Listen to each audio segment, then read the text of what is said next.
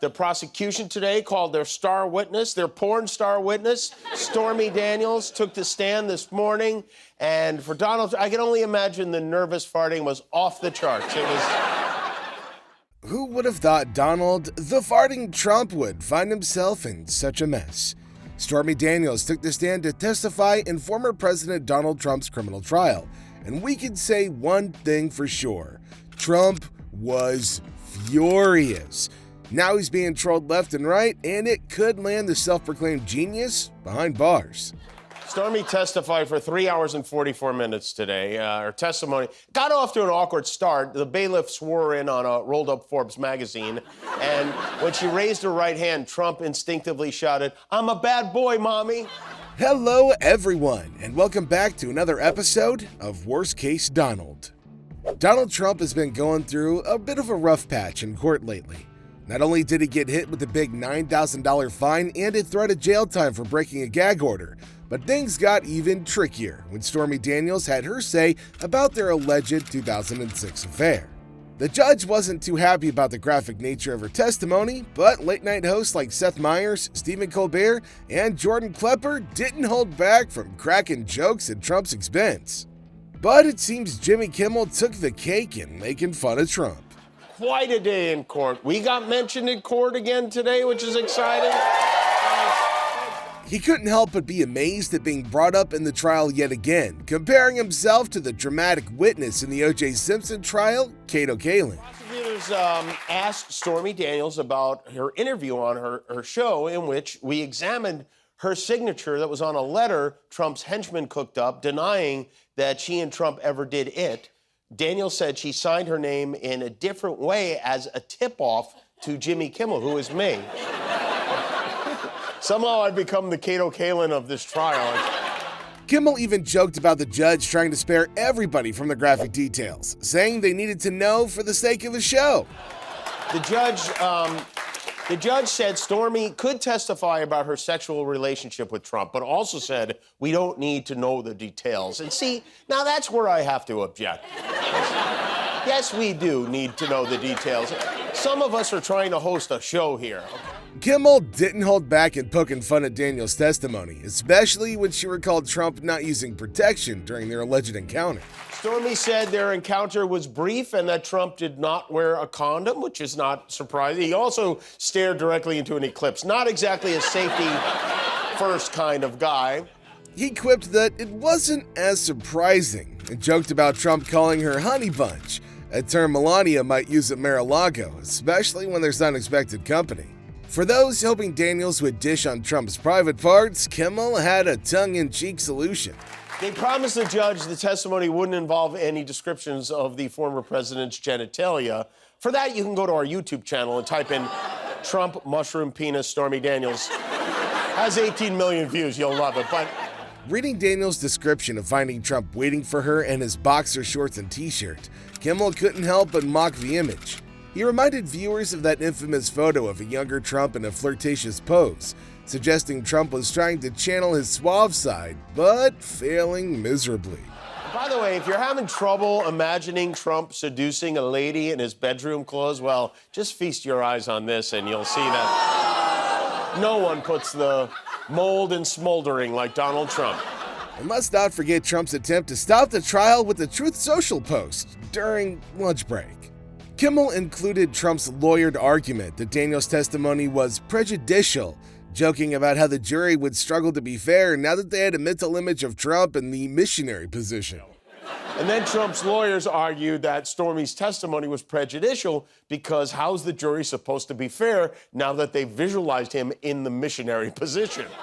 Even Stephen Colbert couldn't resist adding in on Donald Trump's ongoing criminal trial either. He quipped on The Late Show, in a twist no one saw coming, he remained conscious, poking fun at Trump's tendency to draw attention, even in the courtroom. Judge Merchan once again held Trump in contempt of court for breaking his gag order, stopping him from talking publicly about the case. Colbert sarcastically remarked, "Again, I've got deja woohoo," highlighting Trump's repeated disregard for the rules. This latest violation marked Trump's 10th, with the judge threatening a jail sanction if he continued. Colbert's audience cheered at the prospect of Trump ending up in Rikers Island, with Colbert offering a sardonic condolence to the unlucky prison guard tasked with conducting a cavity search. Donald Trump could go to Rikers Island. My condolences to whichever prison guard has to conduct the cavity search. This satire doesn't just highlight Trump's blatant disregard for the law, but also highlights how ridiculous his actions are when he's in a serious legal battle. One of the possible contenders for vice president, South Dakota Governor Kristi Noem, faced criticism for admitting in her memoir that she euthanized her puppy, Cricket, for disobedience. Colbert didn't hold back, saying that further excerpts from her book only made her resemble the villainous Cruella de Vil even more.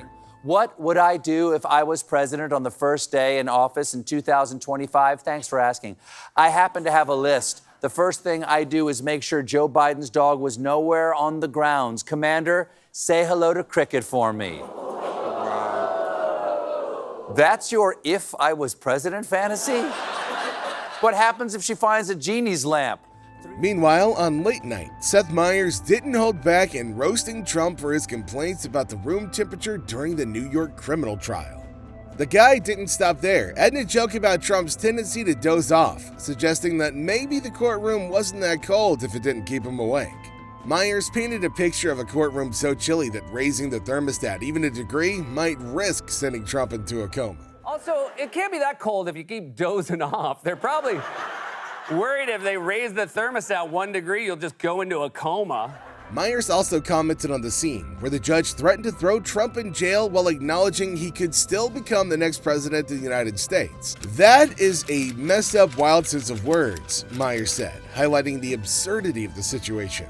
He pointed out that despite the possibility of jail time for Trump, MAGA Republicans are still fighting to become his vice president, even though Trump's previous vice president, Mike Pence, narrowly escaped harm during the Capitol riot. One of those Republicans is Ohio Senator J.D. Vance, who made waves on CNN by downplaying the danger Mike Pence faced on January 6th. Vance claimed the following. Look, Caitlin, did a few people say some bad things? Sure, but do we blame Donald Trump for every bad thing that's ever been said by a participant in American democracy? I think that's an absurd standard. Seth Meyers didn't let Vance off the hook, fighting back by saying this. And Caitlin, I doubt Mike Pence was in real danger. First of all, he's excellent at camouflaging himself. If the mob had found him, he could have just tricked them by closing his eyes and pretending to be a statue. Also, no, you can't blame Donald Trump for every bad thing anyone says ever, but you can blame him for the bad things people say when he told them those were the right things to say. Trump defended the mob in an interview, and according to the January 6th committee, he expressed support for the idea of hanging Pence. Now, here's what Chris Matthews thinks about Trump. Average Joe, excuse the expression, in Philadelphia or around the state of Pennsylvania or the whole Rust Belt, the average person who makes an average income looked up to Trump as some rich guy. Hey, even this rich guy is with us. This New Yorker, this Manhattanite, he agrees with us. They've been using his wealth as a demonstration of their own honesty. And now he's not going to be shown to be so wealthy. I mean, he's wealthy enough, certainly. But this trial, if it goes on for 3 months, is really going to dismember the guy. Moving on, Donald Trump's frustration boiled over as Stormy Daniels recounted an incident from years ago when she claimed to have spanked him with a rolled-up magazine during a hotel encounter. Observers noted Trump's visible reaction, including shaking his head and mouthing a word that Judge Juan Merchan later described as contemptuous.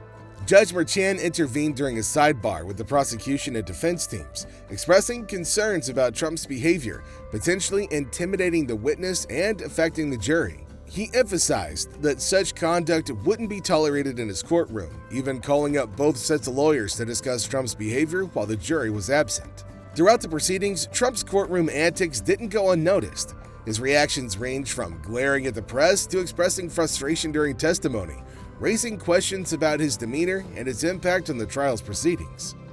For more insights and analysis from the world of politics, don't forget to like and subscribe to the channel, and make sure you hit that icon button now for all of our latest updates. Thanks for watching. We'll see you next time.